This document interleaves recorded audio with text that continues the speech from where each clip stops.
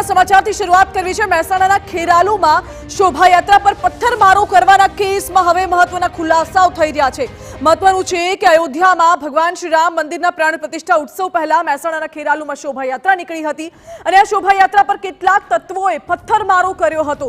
ત્યારે પોલીસે પથ્થરમારો કરનાર 12 આરોપીની ધરપકડ કરી લીધી છે। 2 મહિલા સહિત 32 લોકો સામે ગુનો નોંધવામાં આવ્યો છે।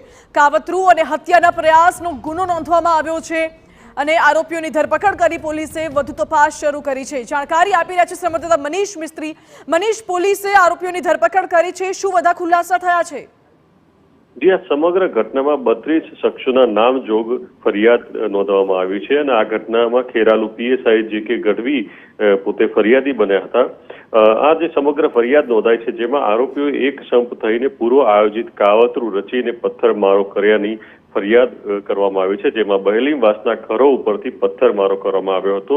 ફરિયાદમાં ઉલ્લેખ જે કરવામાં આવ્યો છે એ મુજબ હાથમાં તલવાર, ધારિયા જેવા પ્રાણઘાતક હથિયારો લઈને આવીને શોભાયાત્રાના માણસો પર હુમલો કર્યાની ફરિયાદ નોંધવામાં આવી છે। આ શોભાયાત્રાના માણસો આમ તેમ ભાગતા જે માણસોની પાછળ હથિયારો લઈને દોડી અને ભય ઉભો કરાયો હતો અને ફરિયાદી પીએસઆઈ અને બ્રહ્મભટ્ટ મૈત્રી હરેશભાઈ નામના વ્યક્તિને પથ્થર પણ વાગેલો હતો, એટલે કે એક પોલીસ કર્મીને પણ આમાં પથ્થર વાગ્યો હતો।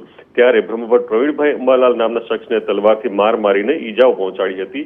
પોલીસ સ્ટાફ અને શોભાયાત્રાના માણસો ઉપર પથ્થરમારો કરીને ગંભીર પ્રકારની ઈજાઓ કરવાના સમગ્ર ઘટનામાં એક ટ્રેક્ટરના ટાયરો ઉપર પણ ધારિયાના ઘા મારી નુકસાન કરાયું હતું, એટલે કે પોલીસની કાયદેસરની ફરજમાં રૂકાવટ કરી જિલ્લા મેજિસ્ટ્રેટની મહેસાણાના હથિયારબંધી જાહેરનામાનો ભંગ કર્યાની ફરિયાદ દાખલ થઈ, જેમાં 12 શખ્સોની અત્યાર સુધીમાં ધરપકડ કરાઈ ચૂકી છે।